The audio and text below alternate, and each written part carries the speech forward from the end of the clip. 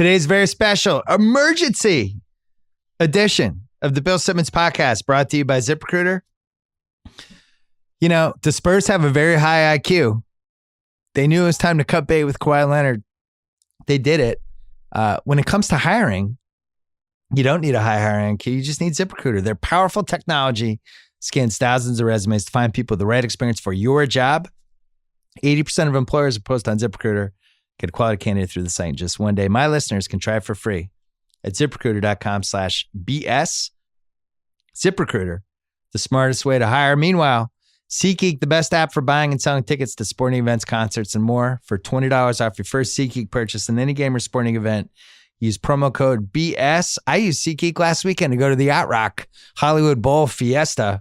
Last minute, great experience as always. There's a nice green circle for the seat I wanted that told me it was a great deal. I got it. Download the SeatGeek app or go right to SeatGeek.com. Don't forget to go to theringer.com this week.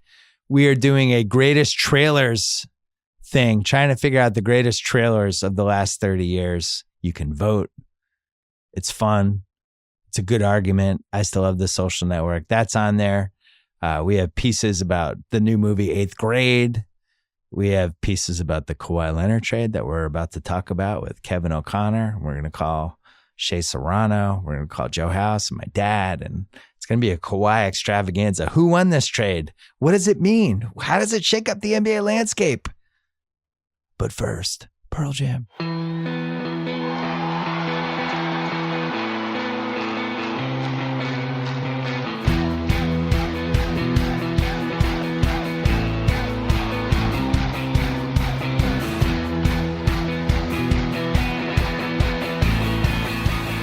All right, we were taping this 9 o'clock a.m.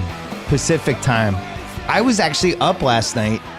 Kevin O'Connor is here. Shea Serrano is on the telephone. We'll get to them in a second.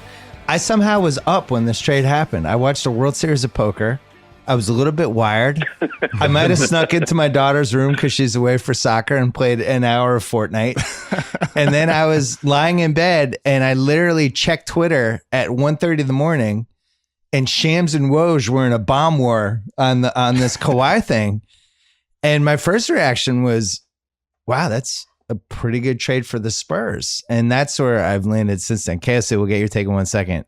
Shay, you woke up and this trade had happened? Is that what happened?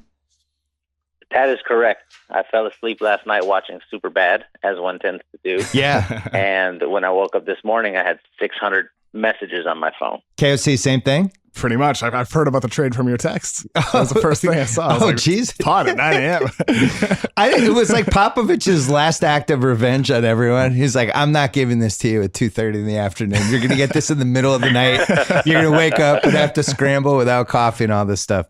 So Kawhi now, there's so much to unpack. I want to talk about the biggest superstar for superstar trades ever. I want to talk about who won the trade, all that stuff. But just fundamentally, my first big takeaway, Manu is the last one left standing from that last finals team. I think the odds on this would have been 100-1 4 years ago, right? Shay, Manu is the last one standing. This is unbelievable. Yeah, this is not how it was supposed to go. It was supposed to go Tim first, which we saw. Yeah. And then after that, 3 years later, it was supposed to be Manu at the end of 2019. And then at the end of 2024, it was supposed to be Tony. And then Kawhi was supposed to carry us. Through the 2020s. Easily, yes. So what happens? You've thrown out all your Kawhi stuff.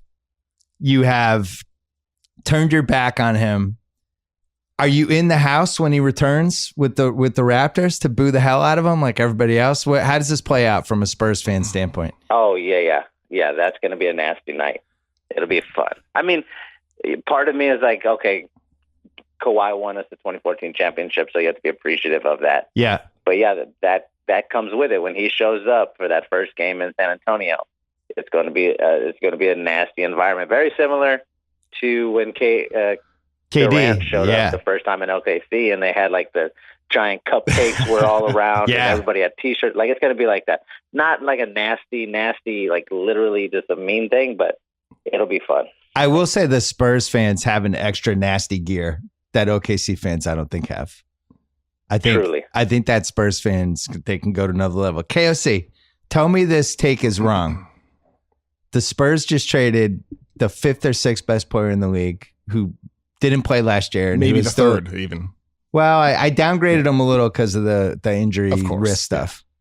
For somebody who played crunch time in the All-Star game in February, who was 8th in the MVP balloting, who is in his prime, who is somewhere between the 10th and 13th best player in the league, and they got Jakob Poeltl, and they got a protected first-round pick.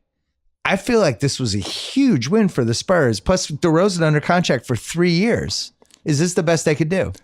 Yeah, I think based on the fact that they didn't want a pick space package, certainly. I mean, like, you can disagree with that. I would rather have had a future focused, type of deal if I'm the Spurs, but based on what they desired, this is a win for them, because you imagine DeRozan under Greg Popovich within their system, maybe his play gets elevated to another level. Because look, DeRozan, he's in his mid-late 20s right now, but there's still room for him to grow as he has each of the last 3 or 4 seasons as he's entered into his prime. There's still room for him to get better. It's a great deal for the Spurs, considering the circumstances in a no-win situation. Yeah, I feel like he is somebody that every summer works hard to either add something to his game or improve something to his game. He's not going to decline. At the very least, he'll be a 23, 5-5 guy like he's been the last couple of years. He's somebody who can play in crunch time. Shea, I know it's a bleak day for you. I just want to point out, it's not. You have 2 All-NBA guys on your team, 2 current reigning All-NBA guys.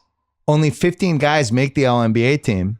It's a 30-team league, and you have 2 of them. I feel like this is a triumphant day for San Antonio. This is a very good day for San Antonio for 2 different reasons. Number one, the one you're talking about, we've already, 10 minutes after the news came out, talked ourselves into DeMar DeRozan. Yeah, there it goes. In a couple of years. We've got Chip England. Chip England would teach him to shoot the 3. Yeah. He taught Tony to shoot 3. He taught Kauai. We're fine. We're good there. And then LaMarcus Aldridge and DeMar DeRozan, 2 of the most dynamic personalities in the league. Oh wait, not at all. But kind of fits in with the Spurs. Yeah, it does. And Shea mentioned Chip England being able to help DeRozan as a shooter. DeRozan started off last year shooting the ball really well, then he fell off. But the one thing that he continued doing well last season was playmaking. He improved drastically as a passer. Before, when he just pull up from mid-range in the past, last season he started to look for, cutters, or he kicked it out to three-point shooters. DeRozan became a better player last season, turning 28 years old. And maybe now in San Antonio, maybe the next step is, as Shea said, improving that three-point shot under the guidance of Chip England. I thought it was really unfair how it played out for him for where his place in the league is standpoint last season. Through February, he was an MVP candidate. He was, I actually ended up voting Oladipo over him for second team All-NBA. I put him third team All-NBA. Yeah, but it was close. Yeah. And Oladipo was somebody who was the best player on a team that went toe-to-toe with Cleveland. But, the sweep against Cleveland really kind of flipped people on him. And all of a sudden, with the last 2 weeks, when there were rumors Toronto was involved, nobody was like, wow, they're trading DeRozan. The attitude was more like, Toronto, time to blow it up. Like, it was a blow it up team for you. Yeah. They fired Dwayne Casey, and they basically late last night traded their best player. But I actually think he's a little undervalued now because, we see it in Boston with Al Horford. People pick apart the stars, but there's really not a lot of stars. DeRozan, let's say he's the 12th best guy in the league. This is the entire league. There's 30 teams. I don't know. That I would much rather have that than the Zaire Smith, keep my fingers crossed for the Miami pick. I also don't feel like that's the Spurs way. Like, Pop has 2 years left. Do you think that was part of this, Shea? Pop's like, I'm not going down as a rebuilding thing. I want to compete. Yeah, absolutely. Everybody knew Pop was leaving. He's supposed to be gone in like 2020 or something like that. Let's load it up and let's fire 2 last shots and see what happens for sure. I'm excited. You know what I'm excited about? The big knock on DeRozan, and I'm guilty of this too, is like we just talk about how the Raptors fall apart in the playoffs. I'm excited to see what happens when he's in a spot where they're known for not doing that. Does everything change when you've got that reputation behind you now? Yeah, it's a 47-win team adding one of the best scorers in the league. Yeah, last 3 years, 24.5 points a game, 46% from field goal percentage, 84% from free throw. He's actually a good closer. I call them the coolers, the end of the games, the guys who can come in when you're draws a lot of fouls. Yeah, when you're up 3 with a minute left and you just need somebody to get foul, go to the line. Last 3 years, 8 free throws a game attempted. I love guys that get to the line. So he's a baller. Him and Aldridge together, he's never really had a pick and pop guy like this. What do you see with the spacing and with those two? And like if I'm defending that and everybody else is cleared on the other side, what does that look like? It'll be interesting, I think, with San Antonio, right? They were one of the most mid-range heavy teams last season. They were kind of the one team zagging whenever everybody else was zigging to shooting more threes. I wonder if they stick with that. And, now that you have another kind of mid-range base player like DeRozan. Or maybe you're stretching those guys out and trying to push their games, to the three-point line. I think, San Antonio's always going to have ball movement, always going to be motion-based offense. And that's why DeRozan's evolution last year was so exciting, right? Elevating his play as a passer. He improved early on as a shooter.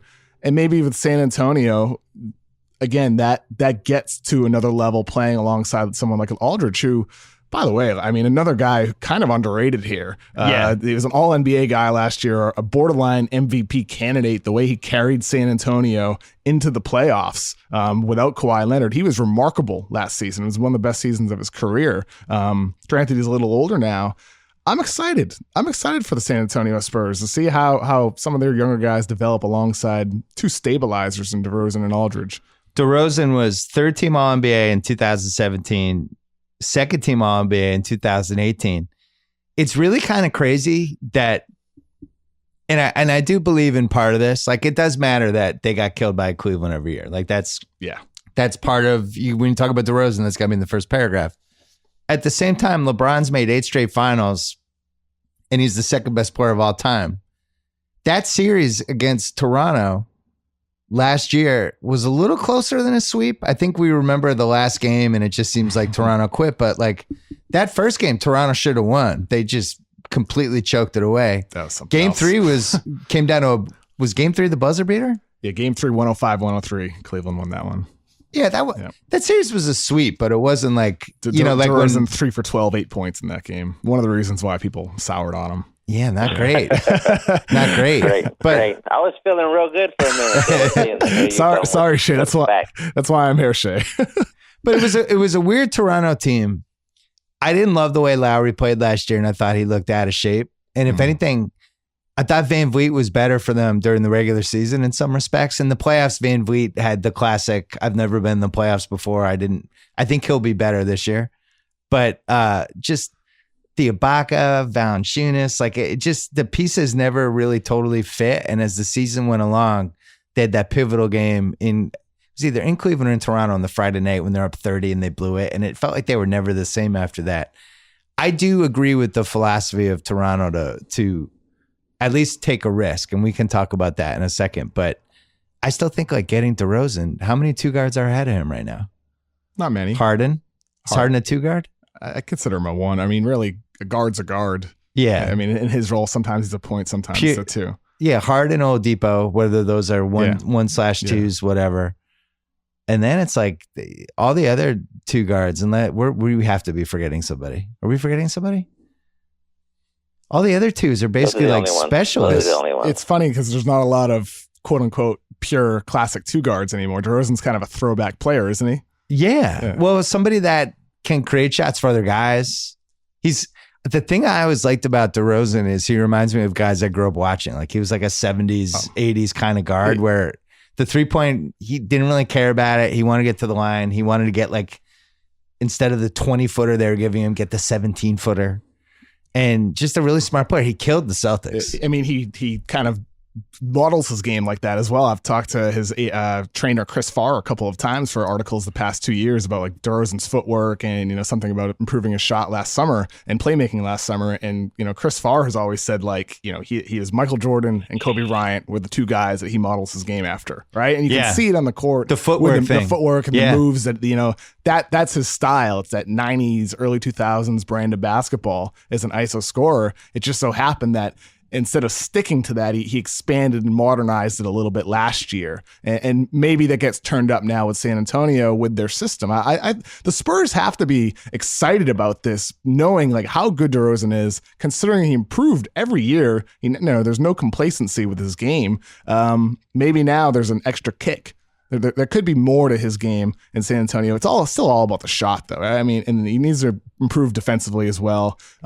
He's not bad defensively. Sometimes he's fine. Sometimes he's average. He can be fine when he wants to be. Yeah. And maybe again in San Antonio's defense first culture, maybe you bring him into that and he becomes a more consistent defender. Shea, chip on his shoulder. San Antonio, the entire city has a chip on its shoulder. This is great.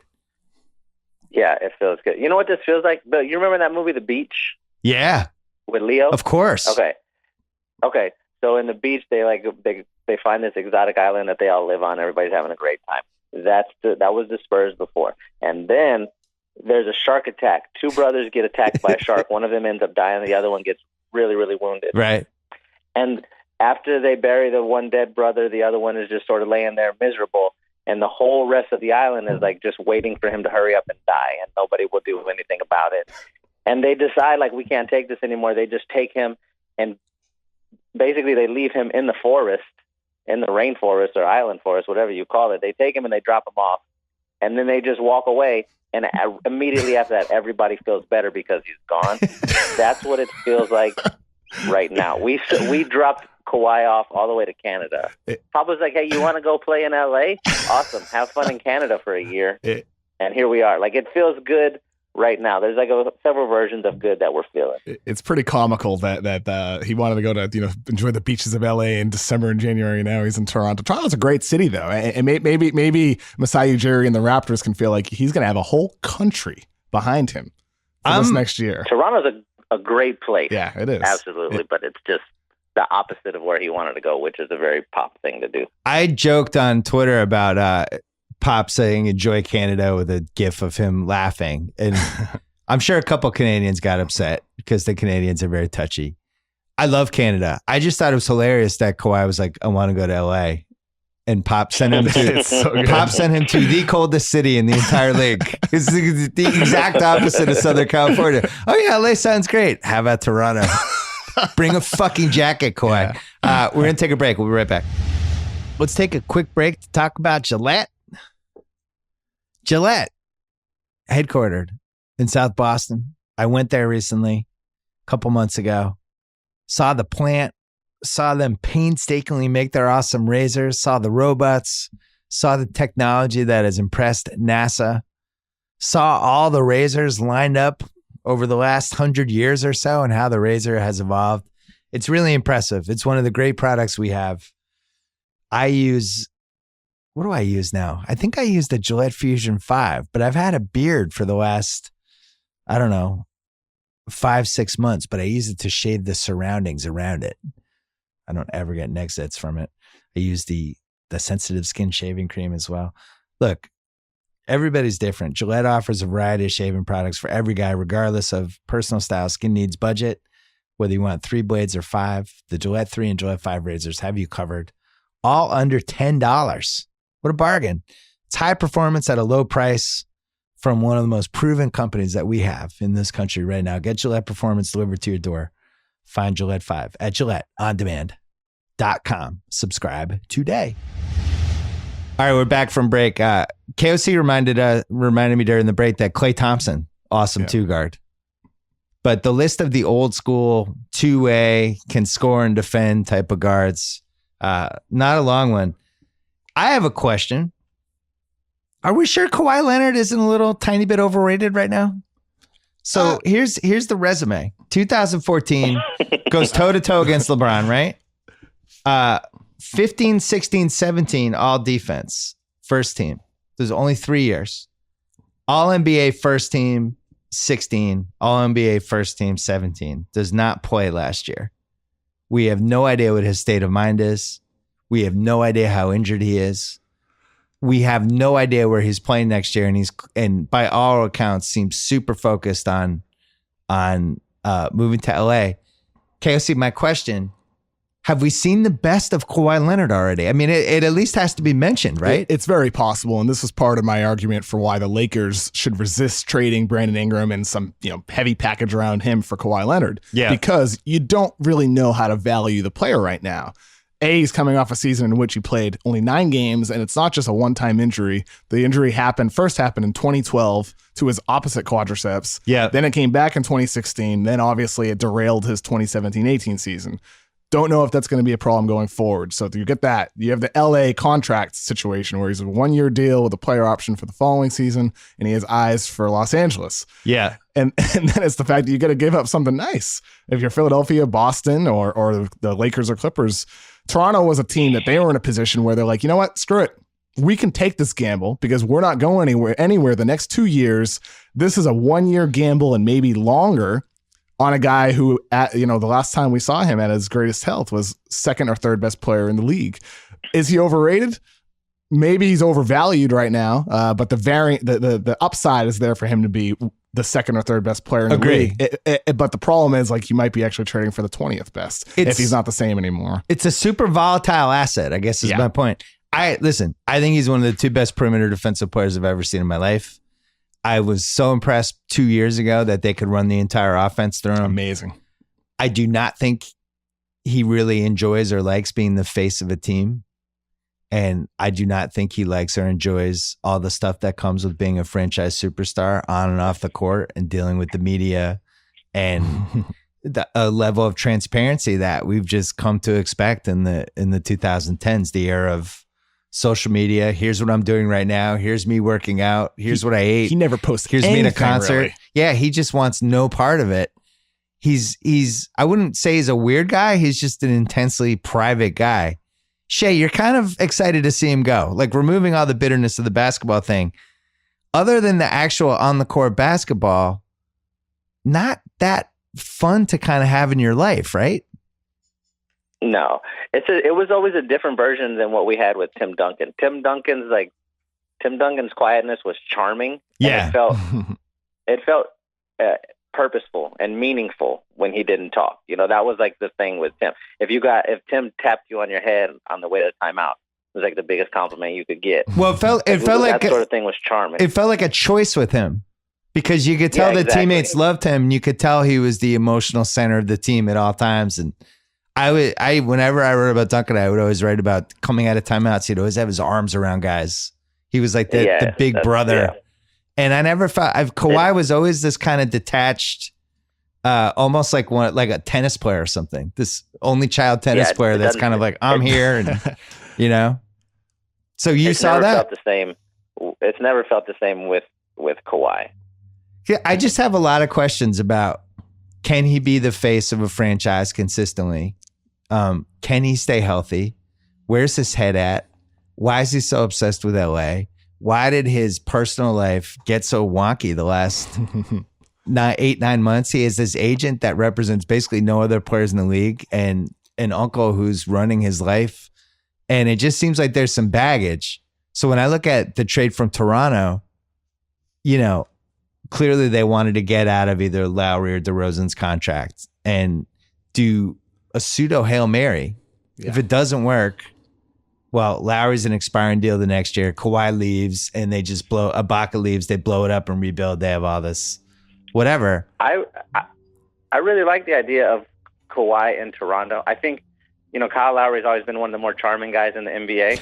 It's going to be funny to see him standing down next to Kawhi. Yeah. It's going to be like, it's going to be like in that movie Big Hero 6 when the kid was friends with Baymax, the robot. That's what it's going to feel like going forward. I think maybe what might end up happening, best case scenario, they do really well.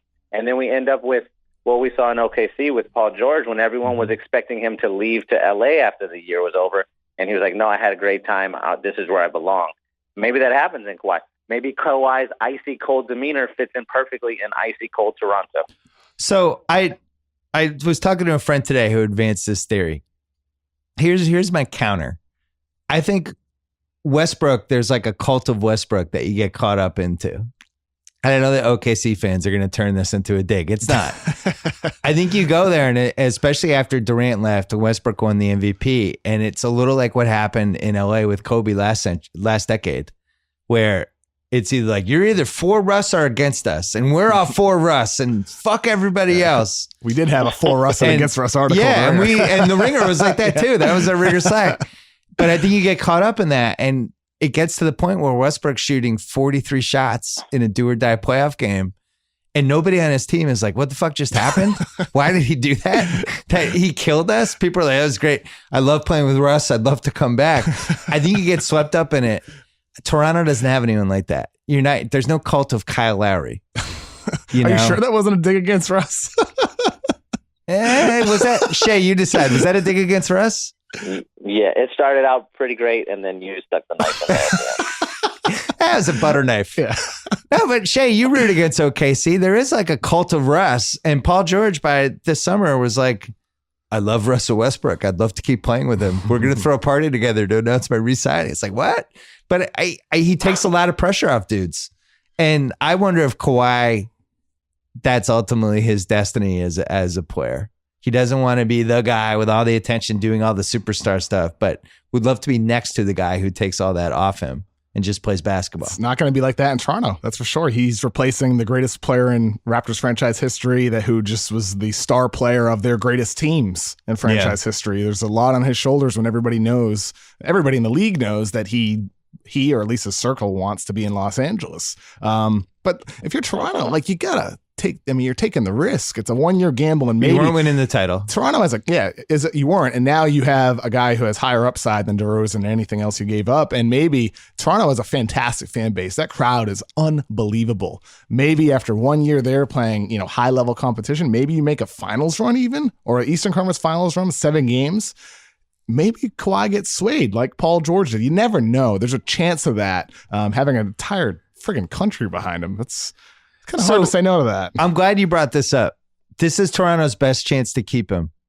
Toronto is the new girlfriend after the old girlfriend where it just went bad and he needed to break up, and there's just a lot of bitterness, and he had to go when she was at work. He had to go over there and get his stuff out. And now he kind of ended up with Toronto. He doesn't really like it. But Toronto's like, we love you, Kauai. Sometimes come to us. Be the hero of Canada. Sometimes with relationships, it's not about that early spark. It's about something that develops over time. Yeah. And maybe with Toronto, it can be that. Yeah. Shay's throwing out. I'm throwing a movie at you now. No, you've done 2 movies. Are you going to say Casino? Casino? Oh, Casino's a good one. No. I was going to say that. Good one when he's like, love can develop. Just marry me. Like that's what Toronto's trying. That's pretty good. I was going to go with The Vanishing. I've never seen that. Oh yeah. Kiefer Sutherland, Sandra Bullock disappears. He spends 3 years trying to find her, and then the cocktail waitress or the diner waitress, he ends up dating her, but his heart's not really in it. And that's kind of where Kawhi is right now. But eventually they end up together. And that might be how this plays out. I don't think Kawhi's heart is going to be in this right away. I'll be really interested to see. What if he just says, I'm not going? Is that in play, KLC? The Chris Haynes report earlier today that said he's not about playing in Toronto. Chris Carter the other day saying Kawhi Leonard will not play in Toronto. Yeah, there'd be fines involved if that were the case, if it were to come to that. It's a tax hit for him, Shea. No tax in Texas, and then Canada is like one of the highest income taxes anywhere. Shea, DeRozan doesn't seem like he's totally over the heartbreak of Toronto backstabbing him after Toronto claimed they weren't going to trade him, and then they did, and just his feelings seem hurt. He might be listening. It's possible. We have a lot of people who listen to this podcast. Do you have anything to say to DeMar DeRozan? Do you have a little 1-minute spiel for him? I think that his feelings should be hurt. He was betrayed, and that will never happen to you in San Antonio. You come here. This is where you build a career. We saw it with Tim. We saw it with Dave. We saw it with Manu. Come here. Be beloved forever. You don't have to win a championship right away. You maybe don't even have to win a championship at all. David didn't win one until Tim showed up, but we loved him because he tried every single night, and that's all we need. Come home, DeMar. Come home. That's pretty good. Any last words for Kawhi Leonard on his way out the door? Yeah, have fun in Canada. That's all. I was thinking about this is the decade of player empowerment and people deciding where they're going to go and what they're going to do, and the players basically taking control of the league from the teams.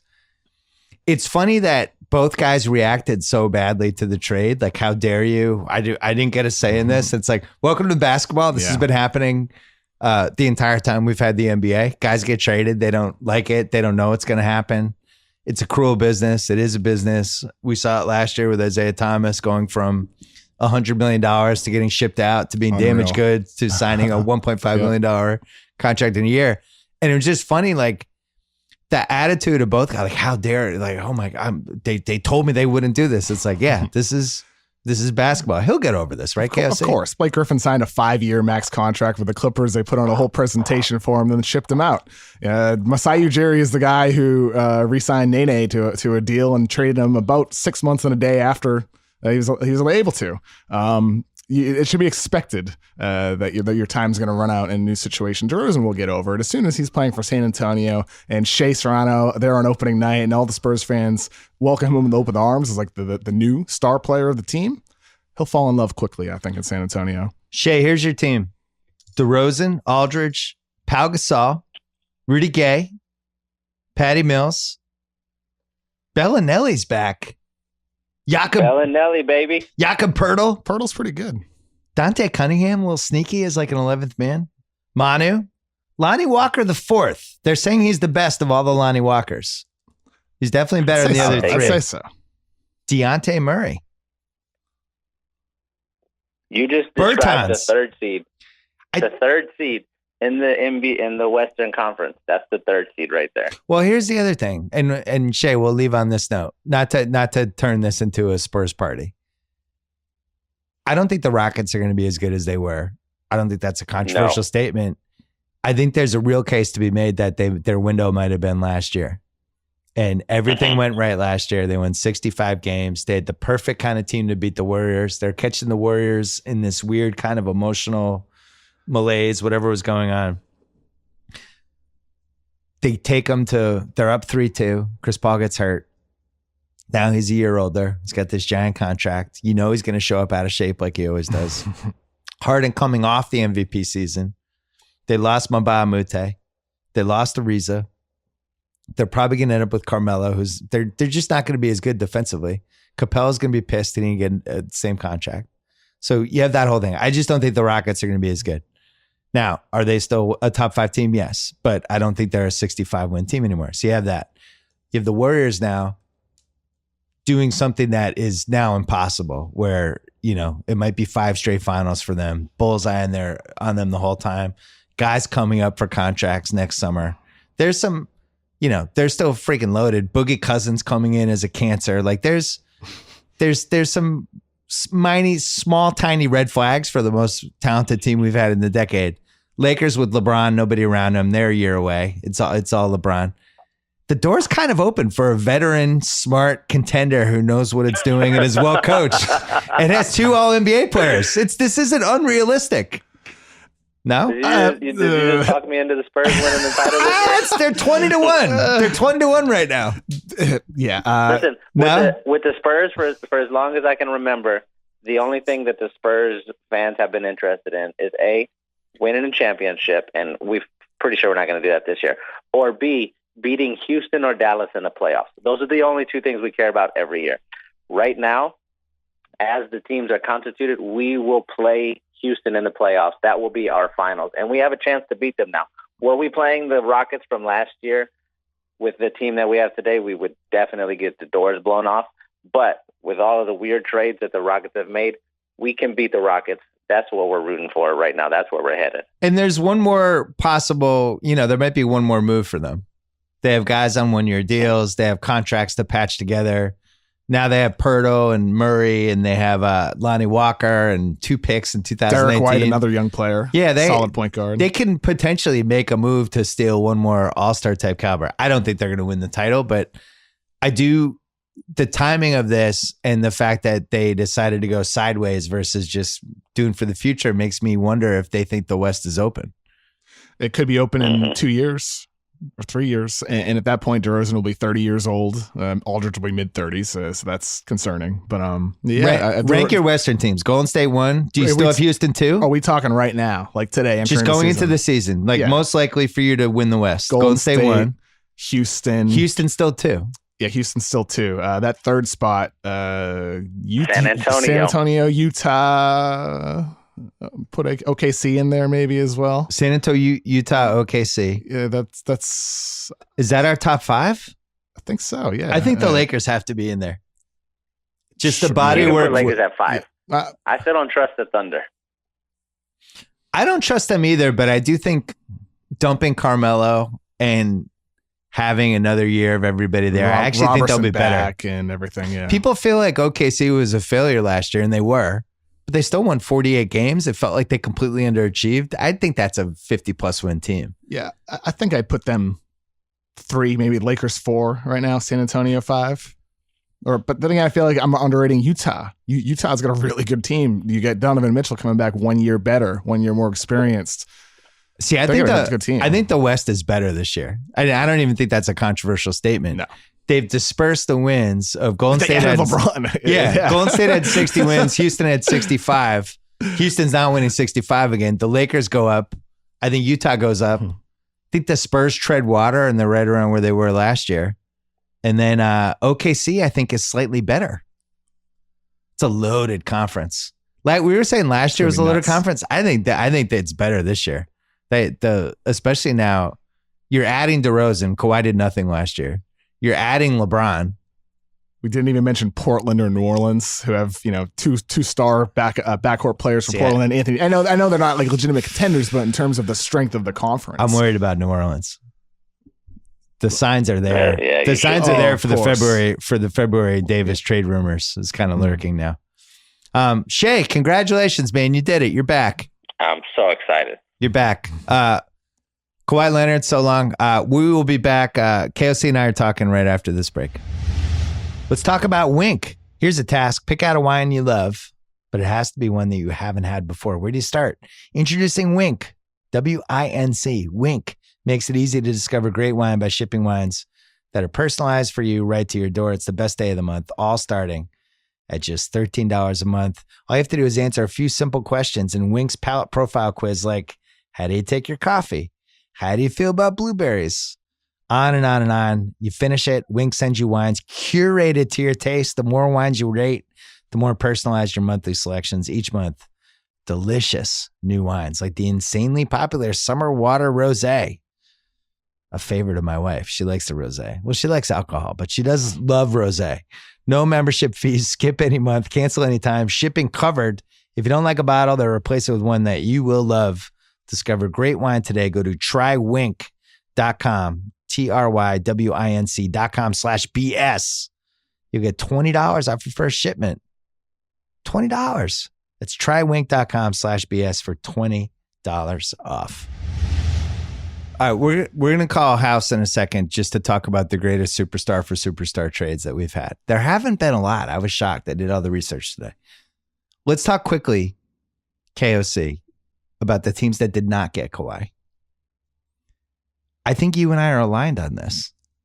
If I'm Philly, I don't think I can win the title this year. I'm not going all in for somebody who might not stay. What do you think the best Philly offer was? I'm not sure what the best offer was, but last I heard is that Fultz even wasn't on the table. Yeah. And if that's the case, it's obviously not going to get it done. And even if Fultz were on the table, maybe San Antonio isn't into him after, because you don't know how to value him either. I'm not sure there was a deal that made sense for Philadelphia because they're in a position right now where they're going to be a really good team for the next 5+ years at least, or much longer. And taking that risk on Kawhi could have compromised that. So you think like Covington, Saric, in the Miami 2021, like and they were weak. Like, yeah, we're good. That's weak. And same with Boston, really, too. Like, they didn't put Jaylen Brown on the table. So it's like, what really is the offer? It's not strong for San Antonio, which is probably where Boston isn't in a position to take that risk. Philadelphia wasn't either. And then there's Toronto, a team that can gamble, that needed to gamble, and they were the team that took that risk. I don't think Boston was ever involved. I think the only way they were involved is if Smart was involved with the sign and trade, Morris expiring, and the future picks. I don't think they had any asset on the table. And that might have been what it was. Yeah. Because shortly after the Kawhi deal happened, there was reports this morning from Woj that Celtics and Smart were talking an extension for a 4-year deal between like $40 million and $50 million. So it's funny little coincidence that comes out after the Kawhi deal happens. Oh, I don't think that was a coincidence. I think it's very suspicious that they were very hands-off with Smart there for 2.5 weeks and let him talk to other teams. I think he was their chip for Kawhi. Yeah. And if the Spurs had said to them, we love Marcus Smart, let's figure this out, I think the deal would have been Marcus Smart, Marcus Morris, and probably that Kings pick.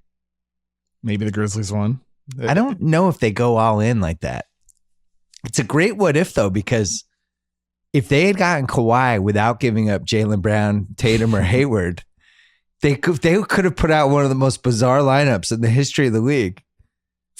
Basically 4 6'8" guys and Al Horford. And like, what the fuck would that have been? That would have been like watching 5 Spider-Men. That would have been something else to see. Yeah. So Boston was never in it, and I am with you. My same instinct and some of my intel was that Smart was the chip. If that was the offer, do you think San Antonio made the right choice in taking the proven All-NBA player and 28-year-old DeMar DeRozan rather than like let's just say it was a couple more picks than you said. Like, let's just say it was the Kings pick and the Grizzlies pick and like one other pick. It was 3 first-round picks. I don't think Boston would have done that.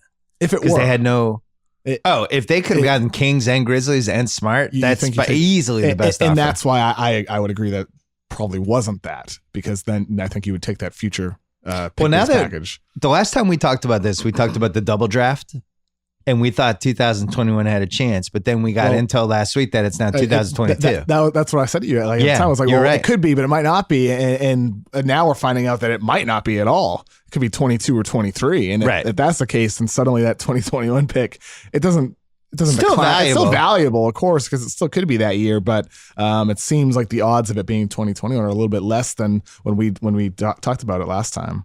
So you would rather have DeRozan, Pirtle, and a protected 1 and get rid of Danny Green over Smart for like 4 years, 40, 4 years, 45, Morris expiring, and let's say the Kings pick next year? I think I would, because that 2019 draft isn't that great. There's some nice talent up top, but the fact it's top 1 protected, which means you're not getting RJ Barrett, the best prospect in the draft.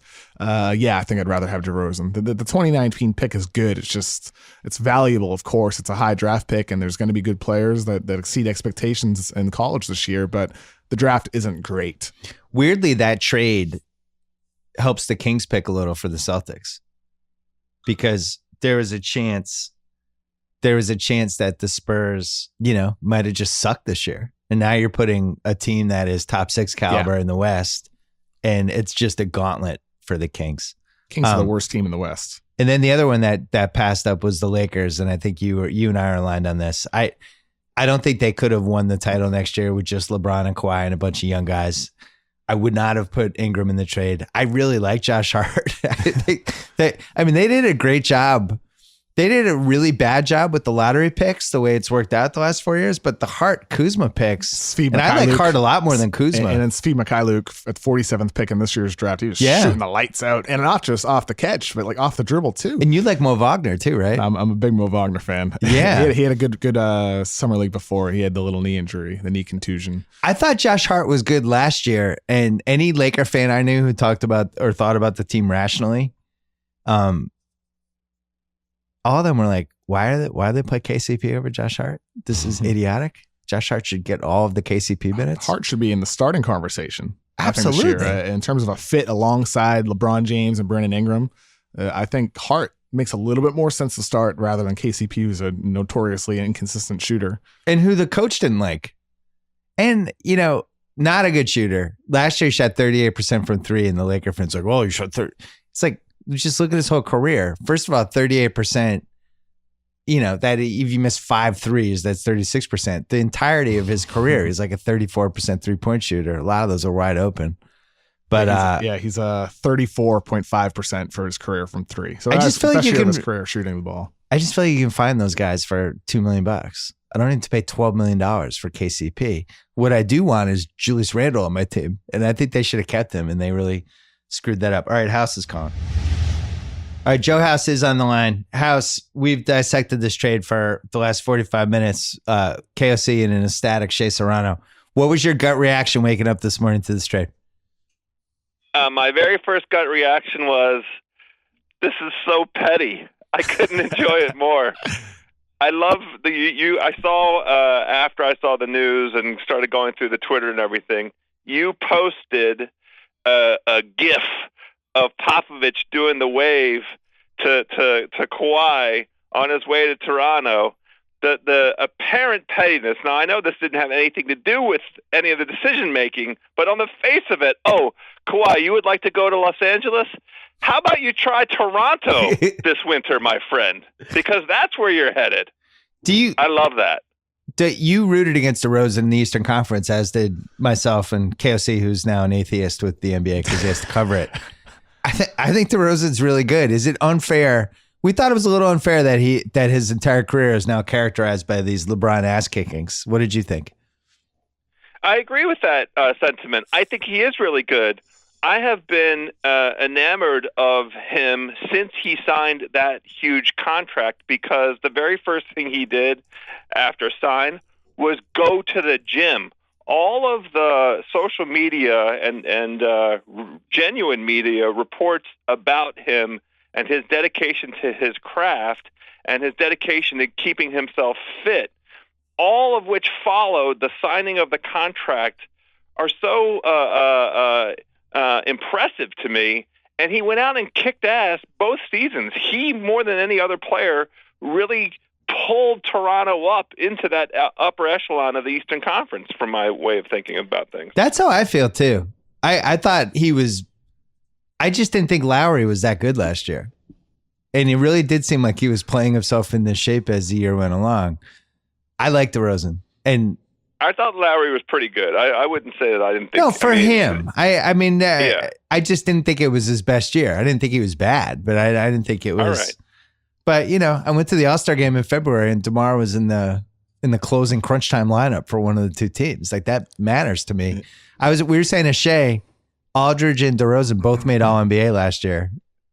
There's 30 teams in the league. They have 2 of the top 15 guys. The Spurs are kind of back with a chip on their shoulder. Pretty good. I mean, pretty good haul.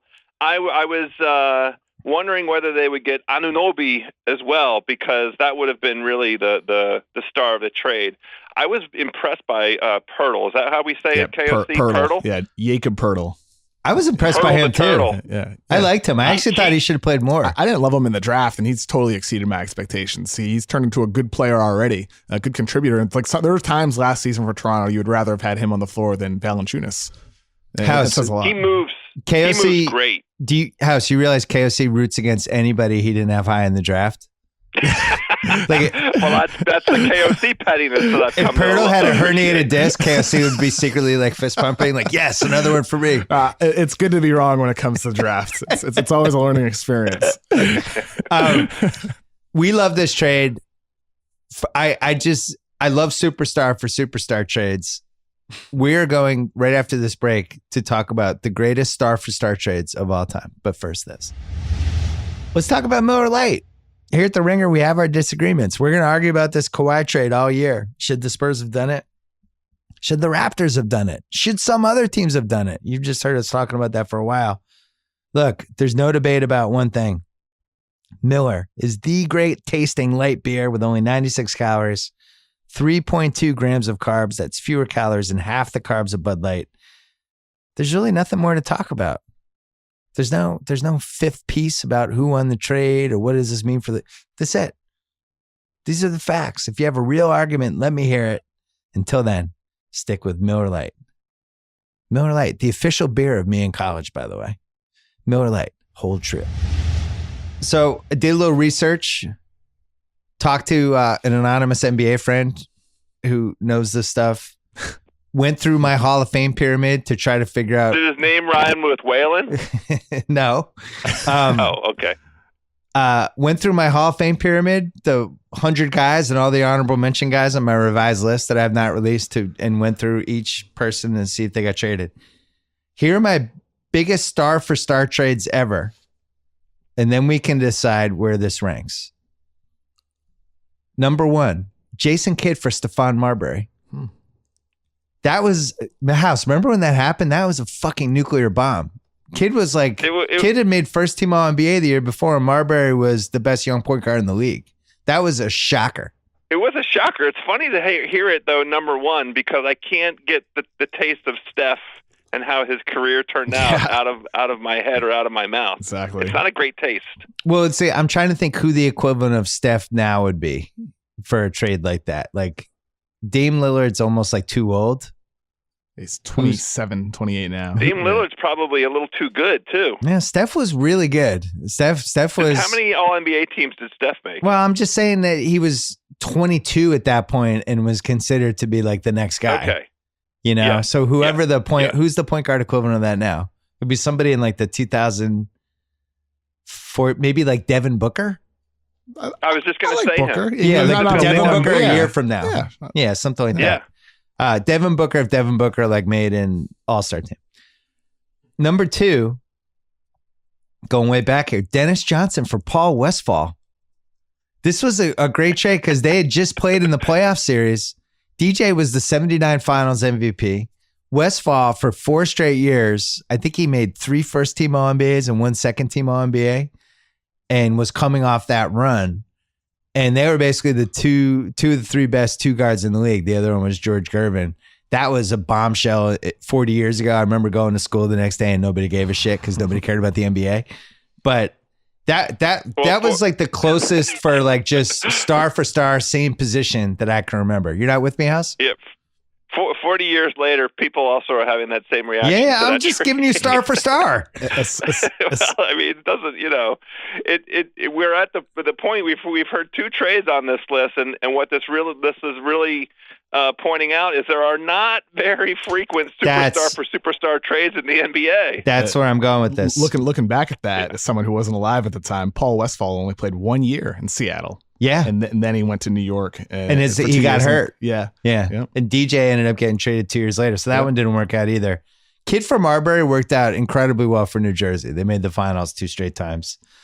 All right. Number 3 on my list, Sean Kemp for Vin Baker. Vin Baker. So here's another one where in the moment was a monster deal and worked out terribly for both sides. Sean Kemp became one of the worst contracts in the league. Cleveland ended up sticking him to Portland. The Vin Baker part of it goes to Seattle, does really well for a year, makes an all-star team, meshes with GP, and eventually starts having a ton of off-court problems, becomes an alcoholic, and dumbass Chris Wallace trades for him in Boston a few years later and ruins multiple teams. 2 guys with, kind of basketball tragedies, not necessarily life tragedies, but neither one really realized the true potential. So House and I did not have a podcast, or I don't even know if I had a column during the 96 finals. We might have had an hour and a half long phone call about Sean Kemp during the finals at one point. This is a fact. We both loved him. I could not have loved him more. I think there's a case to be made. He was the best player in that series. Michael Jordan did not play well in that series. Kemp was like a freaking beast. And then they signed Jim McIlvaine from House's Wizards, and everything fell apart. All right, number 4 on my list, a trade near and dear to Joe House's heart. Oh, no. Only the opposite of that, because it's near and dear to his rectum. Oh, no. Chris Webber for Mitch Richmond. Oh, I thought it was going to be Gugliotta. No, that doesn't count. You had to throw in picks for that. Okay. Yeah.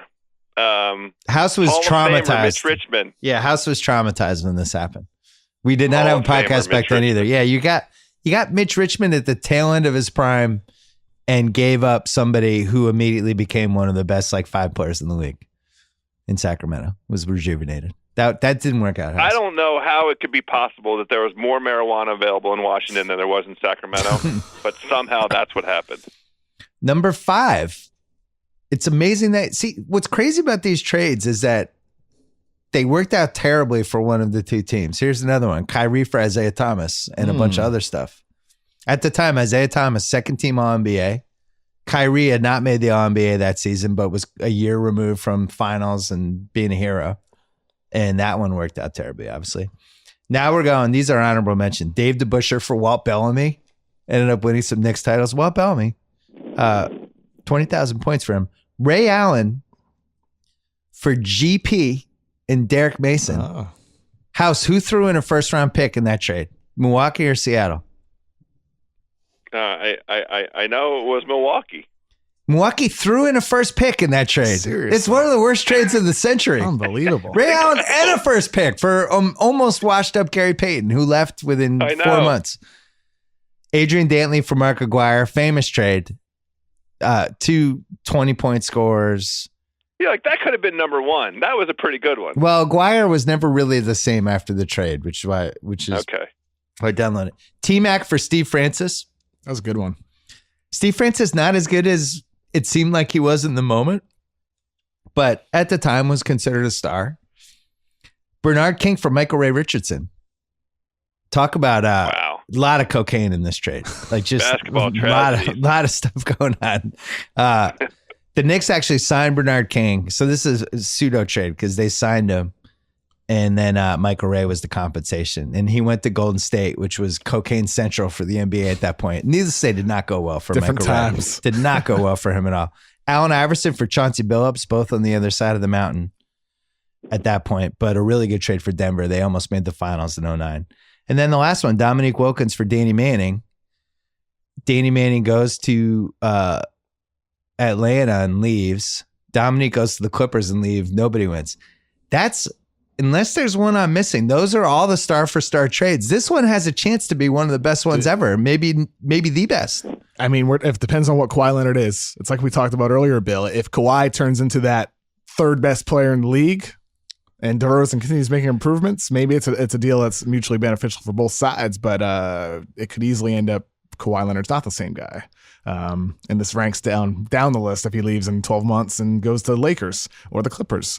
But it certainly has a chance to go up there. I'm surprised you had Kyrie for IT at 5 ahead of some of the other ones. Well, I was just IT was a second team All NBA, took a team to Eastern Finals. Like in the moment, was a top 10 guy. It's amazing how few there are this century. Really, a lot of those were from the 80s and 90s. Yeah, House. Have you guys already covered? I have one question. Yeah. For this trade, maybe you guys have already covered this. Yeah. The thing that I'm most interested in, most excited about, has me sitting on the edge of my seat and will be this way all the way up until Christmas. I hope there's a Christmas present. What is Drake capable of? Oh. That's what I can't wait to see. We didn't talk about this. Because if Kawhi is if we get 85% of the Kawhi that he was before last year, what does a Drake recruitment look like? What does Drake trying to show Kawhi what Toronto has? All of Toronto's positive attributes. Jalen Rose has been on the record many times on this podcast extolling the virtues of the T-Dot. Yep. What is Drake capable of? That's my question. So we talked about this a little bit earlier, not the Drake part, but the Toronto, fantastic basketball city. Only one basketball team in the entire country. They are completely overboard with the Raptors to the point that there were a couple LeBron games there when he took over and the crowd just died and got that shining Danny and the Shining look to them. The combo of the love from the crowd, Masai Ujiri, who's like a genuinely great guy, and definitely there's something magnetic about him. And then Drake. Maybe they pull him back in. Maybe Drake. Like, do we know any? Do we see anywhere in Kawhi's social media that he's a Drake fan? Like, what if he's already a Drake fan, and Drake pulls him under his wing and shows him the Drake life? I think Kawhi listens to Yacht Rock. I think this is if Michael McDonald Michael McDonald would probably a better bet for him. Maybe Drake signs Uncle Dennis's son to a recording contract. Now we're talking, my friend.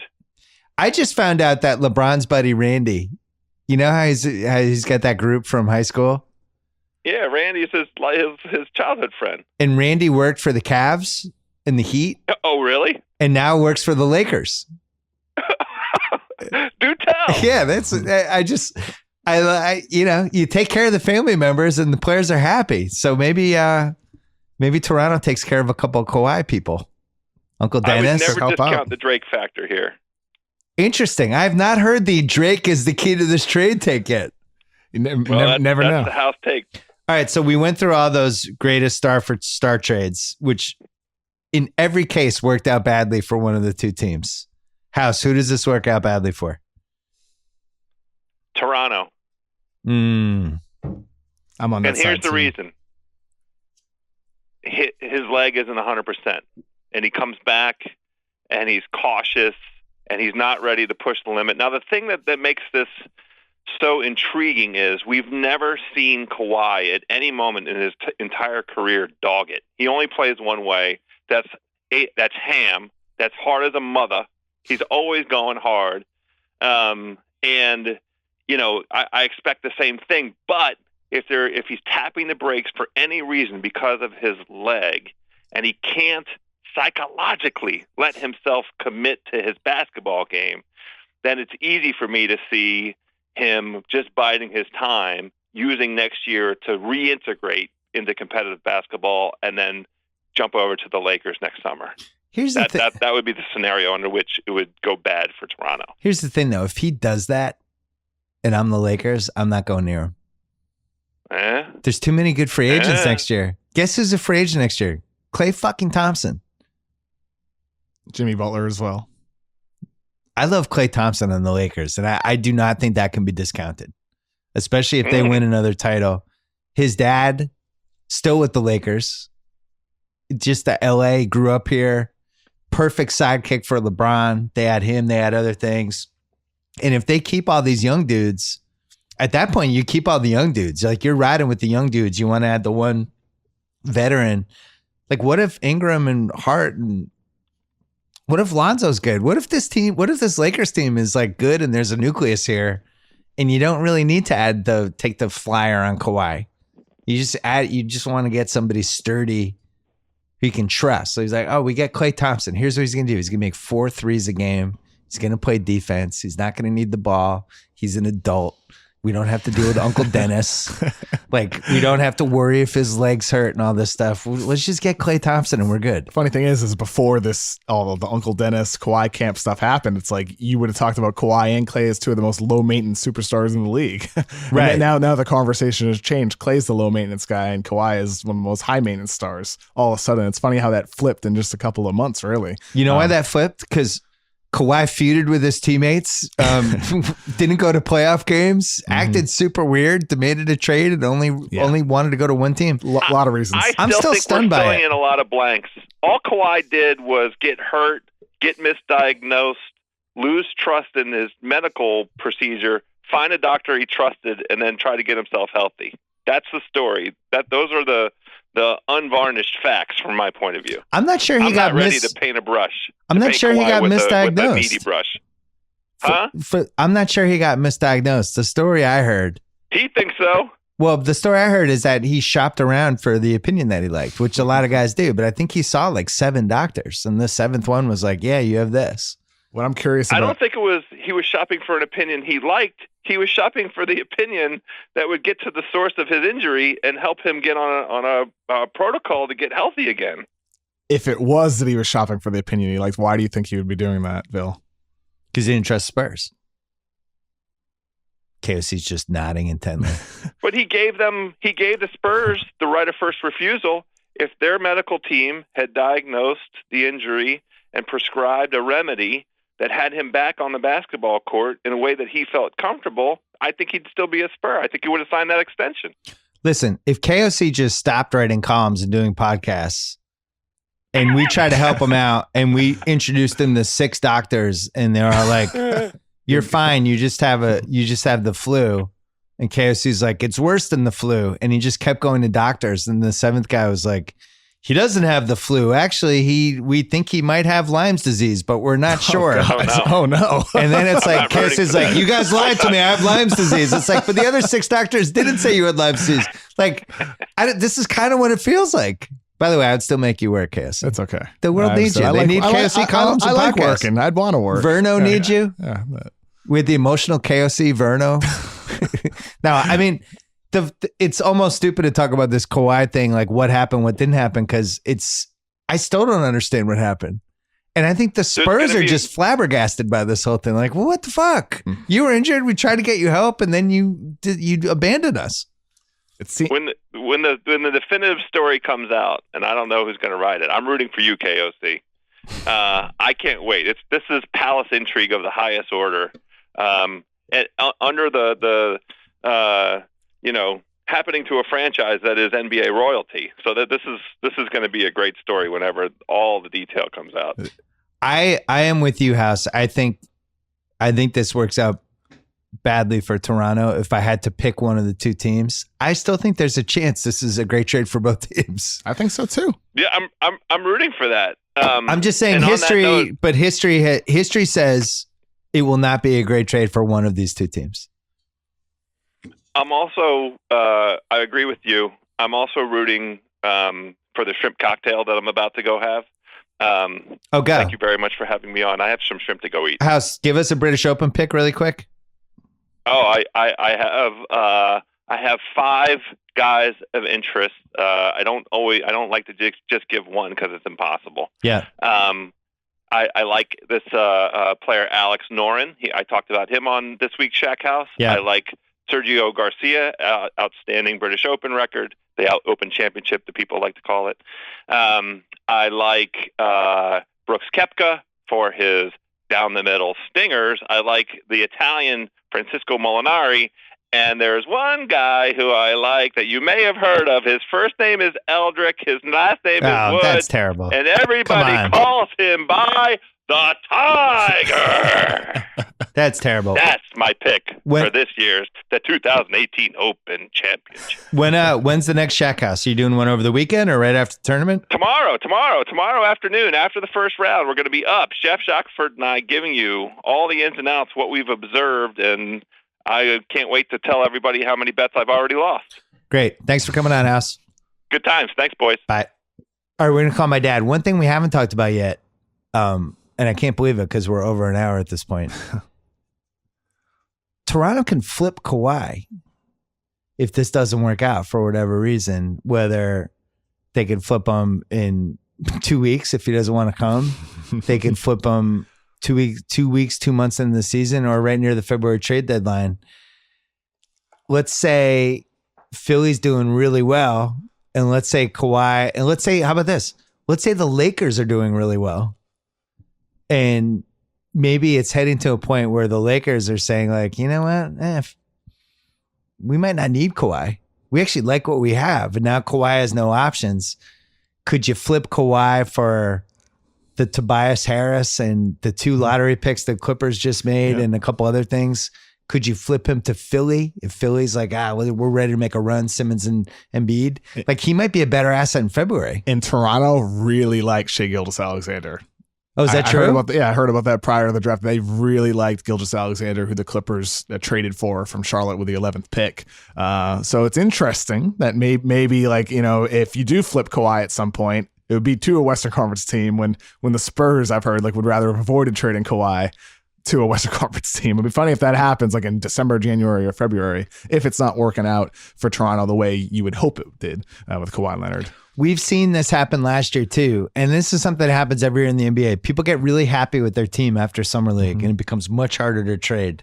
You talk yourself into, now that we added this guy, and this guy, and he looked great in Summer League, and I really like that draft pick. He came in and worked out with us, and he looks awesome.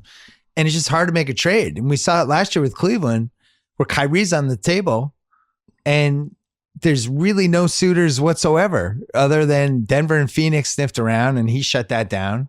And then there was nobody left because everybody else is like, no, we're good. We have our team. So you can make a case once we get to February, Portland's situation goes sideways. Like, who knows? There's 7 teams that their situations might go sideways. And if they wanted to dump Kawhi, they're going to be able to.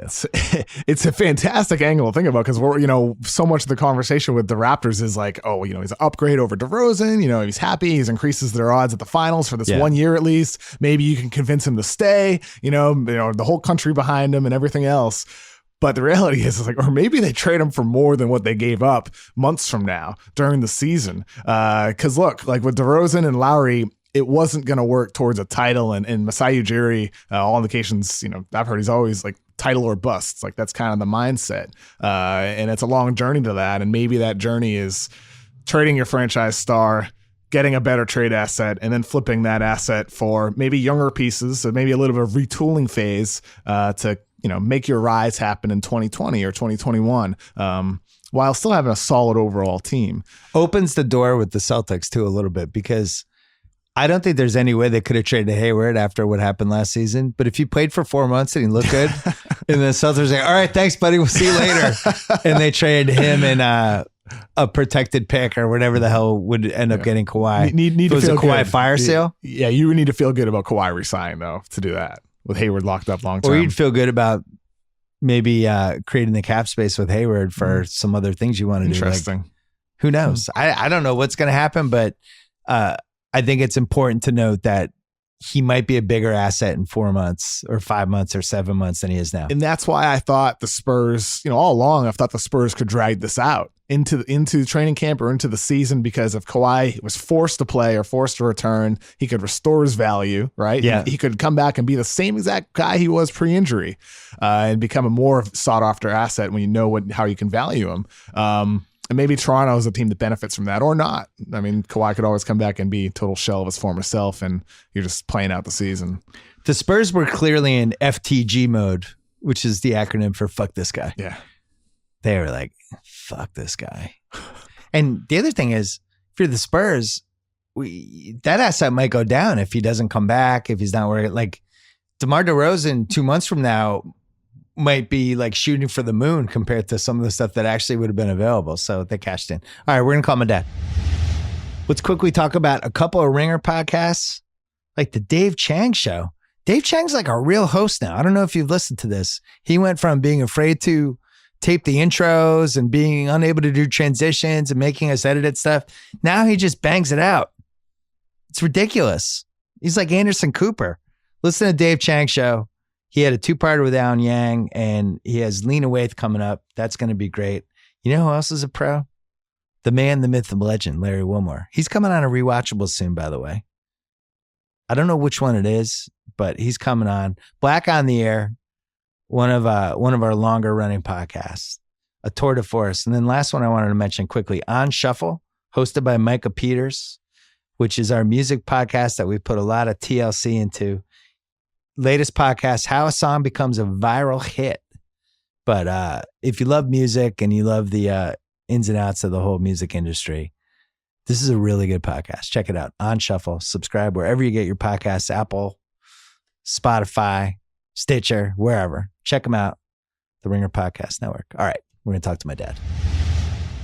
All right. My dad's on the line. Last but not least, you're here with... Last but not least? What does that mean? Well, we had a couple other guests. You're here with me and KOC. You did not want Kawhi Leonard on the Celtics. KOC advanced a theory that I had been thinking about too. I'm giving you credit because you mentioned it and it crystallized some information I heard. I feel like we might have the same information. That the reason the Celtics were being standoffish with Marcus Smart was because the only scenario where they were going to acquire Kawhi was to put Marcus Smart in a sign and trade with the Morris expiring and some of the future picks. None of the other dudes were on the table. Would you have traded Marcus Smart, Marcus Morris, and the Kings pick and Yabusele for Kawhi, who you think is a quitter? Would you have done that? Never in a million years. You'd have to take my arm off and put me in that much pain to let me even think about it. The guy's he's a 1-year rental. I don't understand why teams are even interested. I saw the Toronto trade today, and I mean, Toronto, I can kind of understand because DeRozan just seems to implode in the playoffs, and maybe they've just tired of seeing that act, and he's going to take this huge chance that he can convince Leonard to re-sign after 1 year, which I just don't see happening. I think he's headed to L.A., and then Toronto's going to be rebuilding. I was kind of happy to see Toronto make the trade because I think they're one of our competitors in the East. And I'm not convinced Leonard – first of all, I don't think I can't imagine he's excited about this trade. Yeah. And secondly, who knows if he's healthy yet, and what's his motivation going to be? So I was kind of happy to see that trade because Toronto's a good regular season team, but they gave up an awful lot. And if I'm San Antonio, I'm really happy. I mean, I have a guy that was going to walk who quit on the team last year. Who knew what he would be like this year if they forced him to stay? And they're getting DeRozan, who, at least during the regular season, is one of the top shooting guards in the league. So I thought they did very well. You were always afraid of DeRozan. Never. You were always afraid of DeRozan. He killed us. Again, we didn't play him in the playoffs this year, obviously. But in the regular season, boy, was he good against us. Something happened in the playoffs. It's like he lost his confidence each year. Well, I think LeBron sapped it from him. Yeah, I think you're probably right. But against us, he had terrific amount of confidence against us, and I'm glad we didn't play him in the playoffs because I don't think he was afraid of the Celtics. Would I have ever wanted Kyrie on my team? Never, never, never. And I'm glad that he's headed to Toronto, and as opposed to right now going to the Lakers. So for the Celtics offseason, I think Milwaukee did not get better. You agree? Well, I have one. I'm going to quibble a little bit. I wish, you and I have always liked Brook Lopez, but he signed for $3 million. We couldn't have signed the guy for $3 million and put him out there. He's got a 3-point shot. He's a hustler. He's a good teammate. Wow! I would have thrown that guy on our team. I think Milwaukee's better with him. Yeah, Brook Lopez helps Milwaukee, but other than that, I mean, it's a minimal upgrade. It helps a little bit, though, I think. Ilyasova to whatever Parker's upside to settling for Ilyasova is a loss, I think, for them. That's a loss, definitely. I thought Parker played pretty well in spurts against us. The home games in Milwaukee, I thought he was good.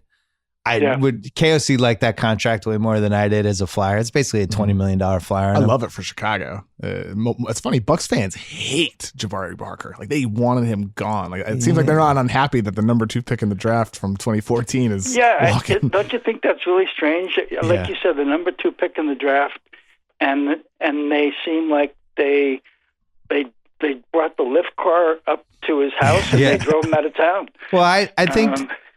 They drafted him second. He was supposed to be the future of the franchise. And then Giannis just blossoms into the most likely next MVP that we have. Never really, and then Jabari gets hurt. It never really seemed like they could get them going. The history of the NBA says that's the kind of guy you would want to trade for or sign. Like a top 3 lottery pick who, for whatever reason, did not become an asset for the team he was on. And the second team usually benefits. One caveat: he's had ACL on the same knee twice. Right. So you just wonder about the strength of the knee. Still a good gamble. I just didn't like the team he went to because you put him and Levine together with marketing. Figure it out. I like everything Chicago has done. Me too. Well, you like offensive players. You don't. Offense doesn't win championships unless you're Golden State. I don't think Milwaukee got better. I don't think they may not have gotten better, but did we get better? Well, hold on. Let's go through it. If we're healthy, we're better. I don't think Philly got better. I actually think that the guy they signed from Minnesota who backed out on them, who would have helped them and potentially even played some crunch time for them, and now it's basically which guy backed out? How do you pronounce his name? Belika? Bejelica? Yeah. Bejelica? I didn't know he backed out. Guy from Minnesota. Yeah, he stayed in Europe. Yeah. He was the guy. He was like a better version of Ilyasova, basically. I liked him. Yeah. When the Celtics played in Minnesota this year, that guy killed us. Yeah, he did. Yeah, he lit it up. It's funny how he played only like 10, 15 minutes per game the whole season for Minnesota. I didn't know he backed out. Yeah. I was sorry to see Philly had signed him, actually. By the way, the two people who judge all their scouting takes by how they did against the Celtics were Doc Rivers and my dad. My dad would have signed Byron Mullins to a $5 million deal based on that one Charlotte game. Well, I don't think that's fair, but I will say that if I see a guy in person, and he plays I've been pretty accurate in my first. It's pretty fair. No, I will give you that. I agree with that. What were you going to say, KOC? I was going to say, I like Boston and Philly get better just from the inherent fact that their younger players should improve. Yeah, Yes. like, Tatum should get better, Brown should get better, Embiid should get better, Simmons should. All those young guys should experience some level of improvement. And then for Boston, they get Gordon Hayward back after he snapped his leg 5 minutes into the season, and Kyrie obviously returning. I agree with you. Hayward is the guy. Yeah, and plus, like you wanted Brook Lopez, but we got Baines back, and I don't know if it makes sense to have Baines and Lopez. Well, somebody's unhappy in that scenario. But a lot of times they played. They would start the game, many games, Baines as center and Horford at power forward, and then Baines would come out and they'd move Horford. I would have liked to have seen Lopez come in for Baines. I think Horford's much more effective in most matchups at power forward. So, KOC, you know why my dad is so respectful of Brook Lopez? Because of all the Nets games we watched those 2 years when Brook Lopez was like killing our pick by getting doubled in these random stupid games in February. He'd get 30 points, 12 rebounds. They'd come from behind. Brooks suddenly adding a 3-pointer. Oh my God. Brook Lopez was like we were the only ones who were like, wow, Brook Lopez is just murdering our pick. Nobody else cared. I think there's one night you and I were watching NBA TV because the Nets were losing, and then Brook Lopez made a 3-point shot at the buzzer. They won by 1 point. I think we're the only two people watching. I screamed that night, but I'd like him on my team. There was another one where he got like an alley-oop off an inbounds pass and scored. Like we had all these Nets losses. We were like, and that was like the difference with Ben Simmons and Jaylen Brown, although maybe that'll work out in the end. But so when you look at the East, I think Philly did not get better, but the youth will get better. Boston did not get better, but they have Hayward coming back, and the youth will get better. Well, and nobody around them got better. Just Hayward, Irving didn't play in the playoffs. True. People forget that. I mean, we took Cleveland to a 7th game without Irving, also. And Dad, what about the Wizards with Dwight Howard? Every time I hear Joe House on your podcast, I really think inside he's screaming. Dwight Howard is on my team. I can't believe it. How can I root for him? And Austin Rivers? I think he's going to implode that team, and he'll get another coach fired. That coach is on the hot seat anyway, but I'm glad they signed him. I mean, I like what Toronto did. I like that Washington signed Dwight Howard. I like that Milwaukee really didn't get better because I think Parker made them better, and now he's not there anymore. I like our position if we're healthy. Indiana got better. That's what I was just thinking about. Indiana got better. Tyreek Evans, Doug McDermott, younger guys, Sabonis and Turner. I agree with you. They did get better. I'm not sure if they're ready to compete if we're healthy at a championship level, but they got better. I would have rather, they added a bunch of bench guys, basically. I would have rather have seen, if I was Indiana, I would have rather tried to get one big chess piece. With the money they spent on McDermott was like 7 a year. 7, yeah. O'Quinn was 4.5. Tyreek was what? 1 for 12 and a half maybe.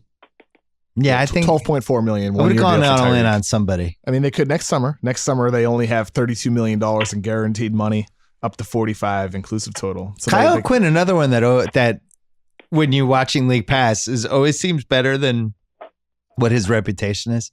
I always liked him in the Knicks. I mean, he didn't get as many minutes as I thought he would have gotten. I would have liked him on our team. Yeah. So Boston, Philly winners. I think San Antonio, obviously winner. And then one other winner for us is that Kings pick. There's now a good team in the West, another team that beat the hell out of the Kings. Yet again, Dad, you get to watch a shitty Western or Eastern Conference team and root against them game after game. Congratulations. How much fun do we have doing it? I mean, it goes all the way back to Len Bias year when we're rooting against Seattle. Yeah. Now we get to root every night. And unfortunately, it's a West Coast team, so I'm up at 1 o'clock trying to hope that they're losing. But is this the year that the new odds go into effect for the lottery, right? Yeah. With the ping pong balls. KOC doesn't like the draft though. Oh, it's not a great draft. Are there 1 or 2 really good studs, or not really? Yeah, RJ Barrett is the top prospect, a Canadian prospect. He's like a 6'8" wing. He's at Duke. Who would you compare him to? Let's compare him right now to the guy who just traded today, DeMar DeRozan, but like a 6'8" DeMar DeRozan. Yeah, with defense and the passing ability, right? Like he can create off the dribble. He can pass like DeRozan did last year, but he can also defend. It's really about what level the jumper reaches. Right now, he's, he needs to extend his range like any teenager does, but he does a lot of things well on the floor, and he can really create and get to the line, draw fouls, finish at the rim. There'll be another dude that materializes, though. This always happens. Yeah, There's always a second guy that blossoms. Yeah. Can I take a quick opportunity to say something about KOC? Yeah. Last time I saw him, he was trying to find a seat at the Garden for a game. He didn't have a selected seat, and now he's a Hollywood star. He's in videos. People are shouting out his name at the Las Vegas Summer League. You're proud of him. This is emotional. I think he's probably ready for a big raise. He's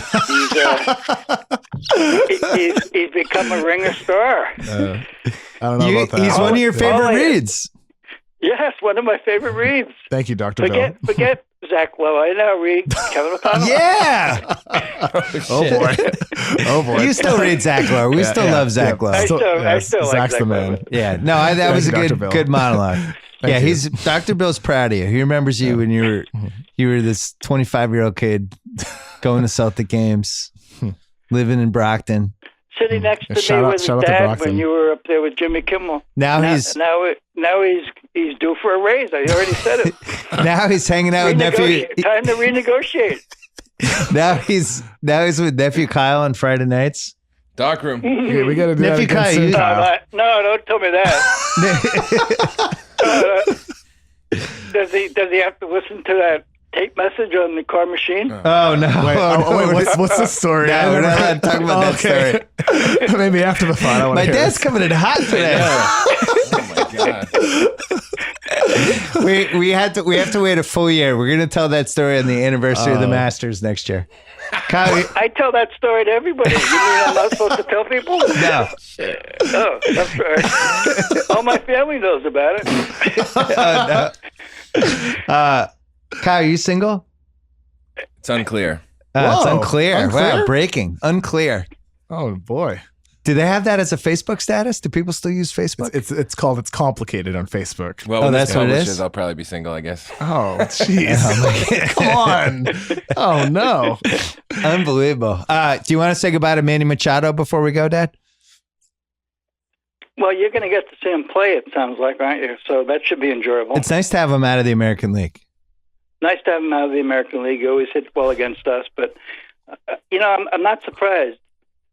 Magic Johnson seems to have his handprint in a lot of big signings, doesn't he? And that's a good place for him to go. And they may even have a chance to re-sign him. Before you go, we talked about the greatest star-for-star trades, which were not allowed in NBA history. I'm just going to give you the list quick, and you can tell me what you think the best one was. Kid for Marbury, DJ for Westphal, Sean Kemp for Vin Baker, C-Webb for Richmond, Kyrie for Isaiah Thomas, DeBusschere for Bellamy, Allen and a first for GP, Dantley for Aguirre, T-Mac for Francis, Bernard for Michael Ray, Iverson for Billups, Dominique for Danny Manning, and then today Kawhi for DeRozan. What do you think was the biggest of those trades? You were alive for all of them. I think Kawhi for Thomas for me, actually. Kyrie for Isaiah, you mean? No, for Kyrie for Isaiah Thomas. Yeah.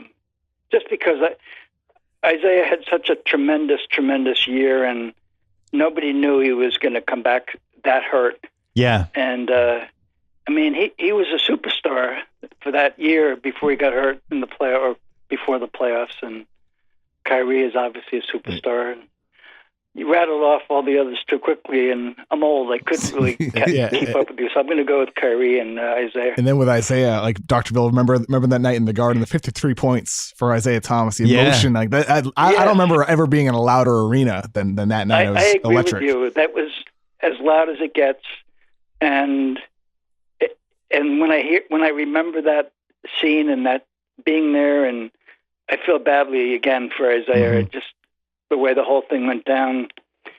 He's signing a $2 million contract. It's just so sad to have watched how that progressed or transpired. But that night, boy, it was a lucky night to be there. Mm-hmm. Yep. And it's got to at least factor in a little bit with this Kawhi thing. I don't know if he'll ever admit it.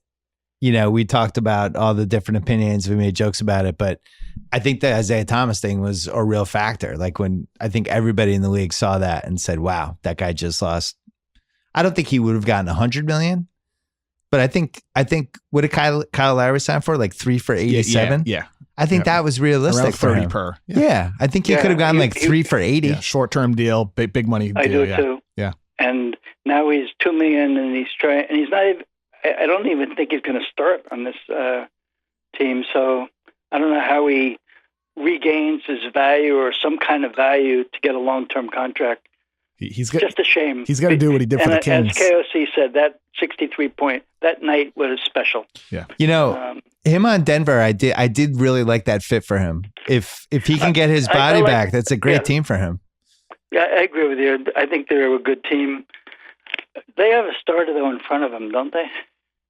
Yeah, they have Jamal Murray and Gary Harris probably start ahead of him. So it's like maybe Isaiah doesn't even close, or maybe you go offense, defense, and have him in there for half the possession. Right. But that's hard with timeouts and all that. And that's hard. Yeah, it's hard to get a big contract if that's going to be your 82-game situation. He needs to be a star within like a 6-man role, like he was with Sacramento, starting half the games. If he does that and he stays healthy, who knows? He gets paid something nice next summer. Yeah, I agree. If he stays healthy, you're right. I'm rooting for him. If he has it back, and they're spreading the floor with him and Jokic and Jamal Murray, and a couple of the swingmen they have. Yeah, they could play a 3-guard lineup. Or put Harris out there. That actually would be really fun to watch him with some of those weapons. A lot of offense. My bet would be that I don't know if that injury comes back. I don't like the history of it. His size, and we always talked about the athleticism that he had was so unique for his size, and even losing 10% of that is such a difference for him. Yeah, that 10% is the difference of him going into the trees and doing his special things under the basket. That's like he really wasn't able to do that last year. That's the thing that gets overlooked with Isaiah Thomas. It's like he is an elite athlete, right? To be his height, 5'9", 5'10", and be able to score and get to the rim like he does, and absorb contact and draw fouls and actually finish through contact. It's because he's an elite athlete for his size. Yeah, you don't have to dunk to be an elite athlete. Hopefully he can be 85, 90%, because then he can still be a good 6-man for the foreseeable future if he gets back to that level and stays healthy. Beyond what you just said, the fearlessness that he had, I don't know if that comes back. Because I think he's always got it. What was scary about watching him when he was on your team was it was just like, it always felt like he was going to get hurt. He's this little guy flying into the lane and he'd go careening into the basket support or the cameraman, and I think it always felt like there was a shelf life. I think that's who IT is as a guy. He's always been that guy. Like when he came out of the draft, his saying that he has like stay paranoid, right? Yeah. Because like there's somebody always trying to take your job in the league, someone always coming for it. You can never become complacent. And I don't see Isaiah ever losing that chip on his shoulder. He's always had it. Whether he's 50% of what he was or 75 or 90%, I think he's always going to have that mentality. Yeah.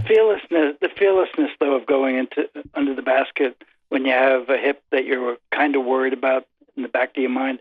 It reminds me of when Rondo got hurt in the playoffs, and I don't think he ever was the same. I don't think, we used to talk about how great he was going to the basket fearlessly, getting fouled or making great passes or shooting, and he was never the same after that injury. So he certainly didn't like getting fouled. We're gonna wrap it up, but before we go, do you have a British Open bandwagon that you're jumping on, or is it the one I'm gonna probably be able to guess?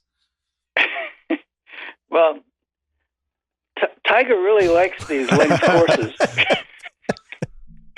You're so predictable. House thinks he has a chance. I just want to see him win again. So, and he does. This is a weird course from what I've been reading this morning. It's like they're going to be using irons most of the week, it looks like. So my pick is Tommy. It kind of changes things, don't you think? My pick is Tommy Fleetwood. I think he's ready. Tommy Fleetwood? Yeah, I've been on his bandwagon since we saw him at the Masters. And I just think he's ready. And it's on his territory. We'll see. We'll see what happens. Good luck with Tiger. Dad, thanks for coming on. Always a pleasure.